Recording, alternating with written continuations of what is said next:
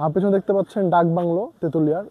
এখানে এসে কিন্তু থাকা যায়, বর্তমানে সংস্কার চলছে এবং খুব অল্প টাকাতে থাকা যায়, 400-500 টাকায় ভালো ভালো রুম পাওয়া যায়।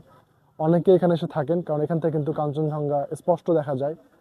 আর এ পাশে হচ্ছে ইকো পার্ক, বাচ্চারা এই মুহূর্তে আমি দেখতে পাচ্ছি অনেকে খেলছে। আজকে তো সবাই গাড়ি নিয়ে আসছে, কেউ ভ্যানে আসছেন। আর এখানে কিন্তু বসার জায়গা রয়েছে, এখানে বসে কিন্তু সে সুন্দর দৃশ্যটা উপভোগ করা যায়। আমি একটু কাছে যাব, কাছে গিয়ে দেখি। আজকে আকাশ মেঘলা রয়েছে, আর লাস্ট 4-5 দিন ধরে কিন্তু বৃষ্টি হচ্ছে পঞ্চগড়ে। আকাশ মেঘলা থাকলে কিন্তু কাঞ্চনজঙ্ঘা দেখার কিন্তু কোনো উপায় নেই। আর আমাদের বাংলাদেশের বর্ডারটা কিন্তু এখানেই শেষ, পিলার রয়েছে। আর এটা মহানন্দা নদী, এই নদীটা আপাতত ইন্ডিয়ার মধ্যে পড়ছে।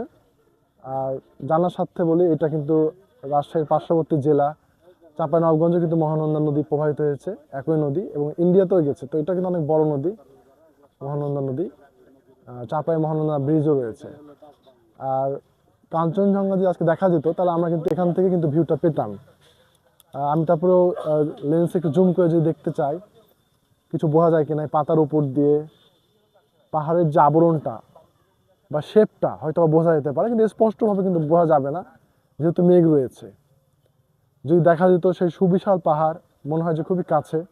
আমি ছবিতে দেখেছি, বিভিন্ন ফটোগ্রাফিতে দেখেছি, আর অনেকে বিভিন্ন অ্যাঙ্গেল থেকে ছবি তোলেন। আর এটা দেখা যাওয়াটা আসলে ভাগ্যের ব্যাপার। আমরা যেহেতু এসেছি, বৃষ্টি হচ্ছে, আগামীকাল যেহেতু থাকবো, যদি আগামীকাল দেখা যায় তাহলে হয়তো দেখা যাবে। আপাতত আজকে এটাই ভিউ, আকাশ বেশ মেঘলা, তারপর ভালো লাগছে। নদীর পেছনে ইন্ডিয়া রয়েছে, ওগুলো চা বাগান আসলে।